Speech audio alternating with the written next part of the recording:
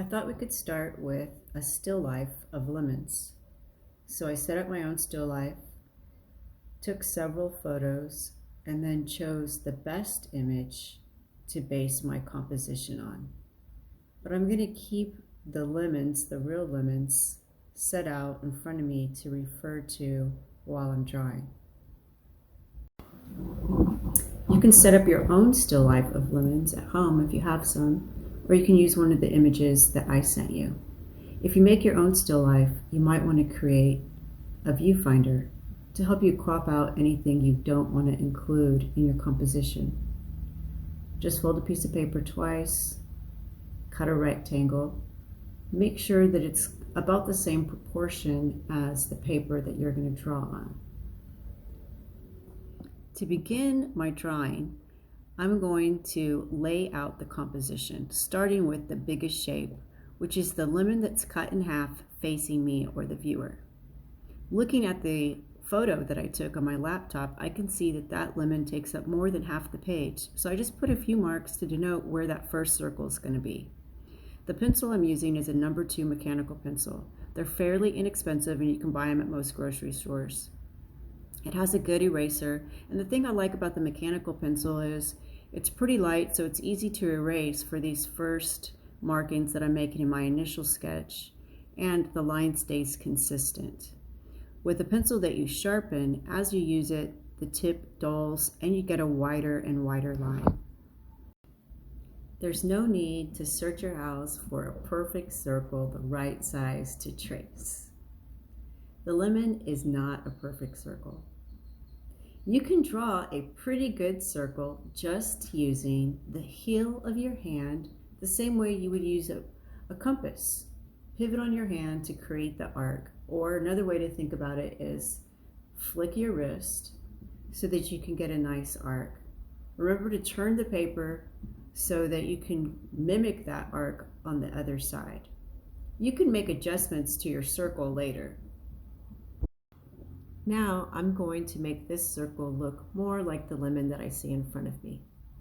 Make sure that you always refer back to your image or your still life while you're drawing. Don't forget to look at what you're drawing and not just the drawing itself.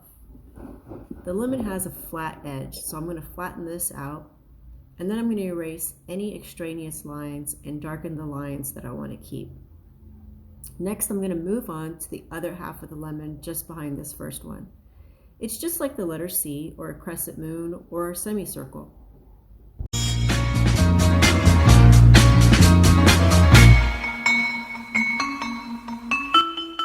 Okay, now I'm going to draw the last 3 lemons, making adjustments as I go. I'm also going to draw the edge of the plate and these dark shadows that these 2 lemons are casting onto the right side. All the large shapes drawn, I'm going to move inside that first lemon. I'm going to draw a concentric circle just inside that describes the line where the rind ends and the pulp begins. I'll worry about those little curves that describe the edge of each section later. For now, I'm just going to draw a general circle. Next, I'm going to do this little center piece where all the sections meet and draw all the spokes radiating out from the center that divide all the sections of the lemon. Now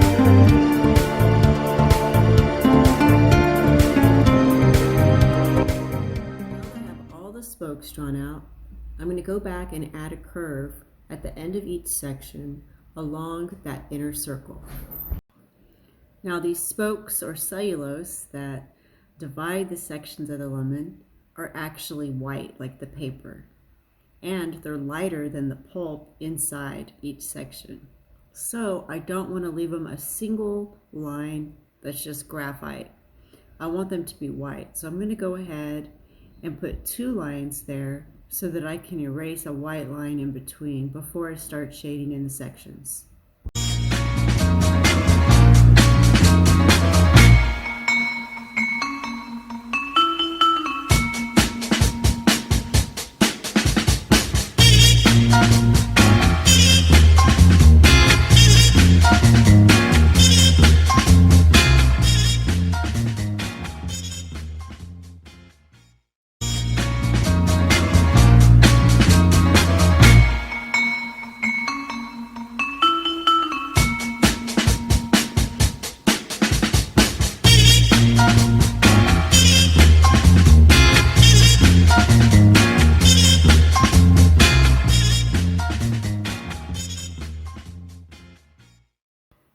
within each large section of the cut lemon, there's actually a bunch of little shapes inside to describe.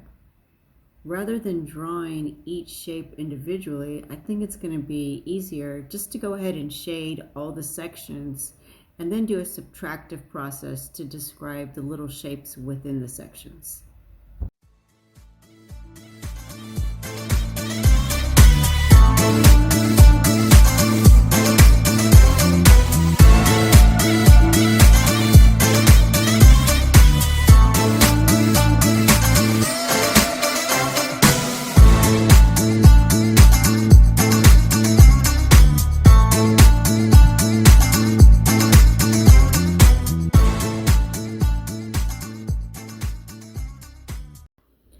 Okay, so as I started shading, I realized that I was working on an uneven surface. So I got a board so I had a nice, flat, smooth surface. There's a lot to appreciate about lemons. They're so versatile.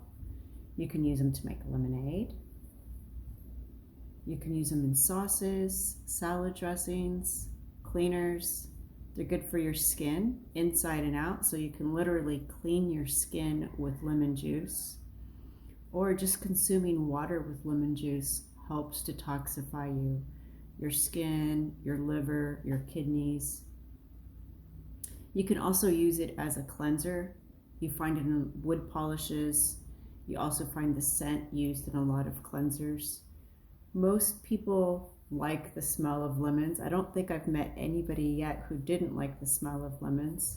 It's a very positive, uplifting smell. They're yellow like the sun to remind you that it absorbed a lot of sunshine to make that lemon. So you're consuming liquid sunshine when you consume lemons.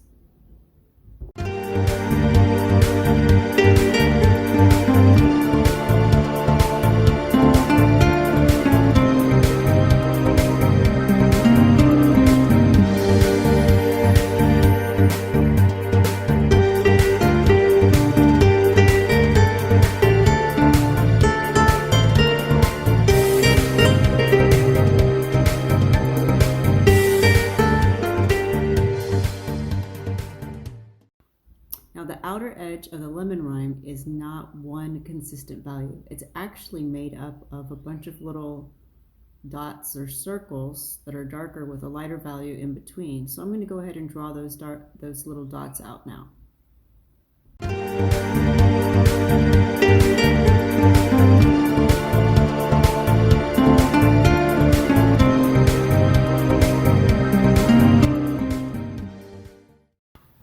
Next, I'm going to add a little contrast to this composition by filling in these dark shadows.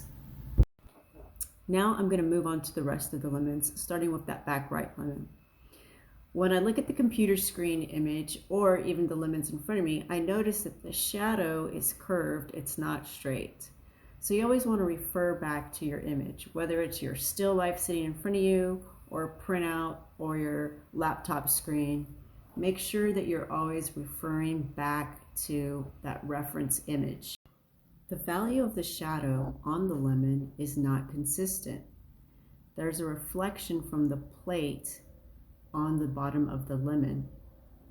So it has a couple different values. You want to pay attention to your values. Remember when we did the grayscale, we had 11 different values of graphite. So you want to try to incorporate as many of those values into your drawings to make them more visually interesting, as well as adding texture and a variety of shapes and sizes in your drawing.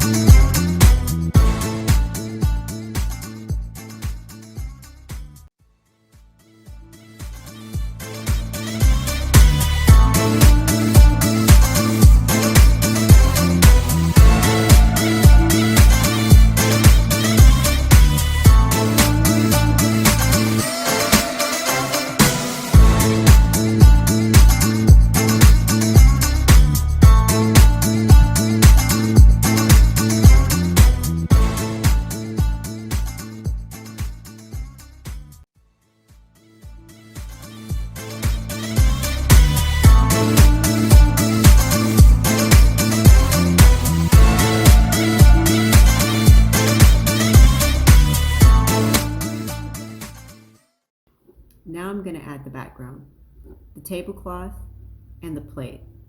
These details will make your drawing more visually interesting instead of just leaving a white negative space around the lemons. Remember, you can use your eraser as a drawing tool. So the edge of the lemon sometimes could be defined with a white or light colored edge that you use your eraser to create, as opposed to just a pencil line.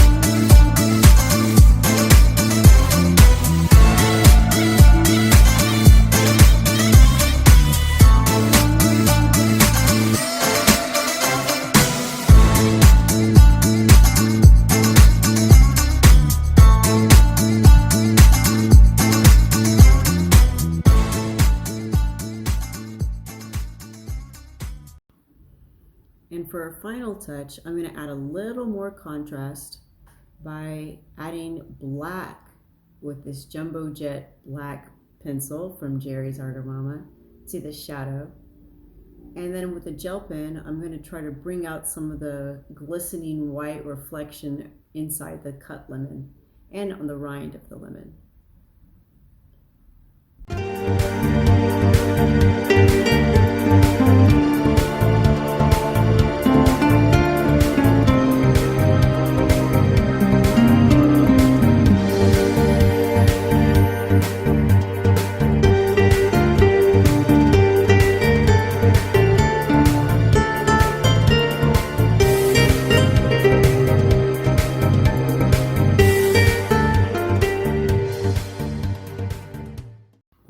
And that's it. I hope you enjoyed drawing lemons with me, and I can't wait to see what you draw. Send me images of your drawings, and send me any home remedies or favorite recipes or healthful tidbits that you know about lemons.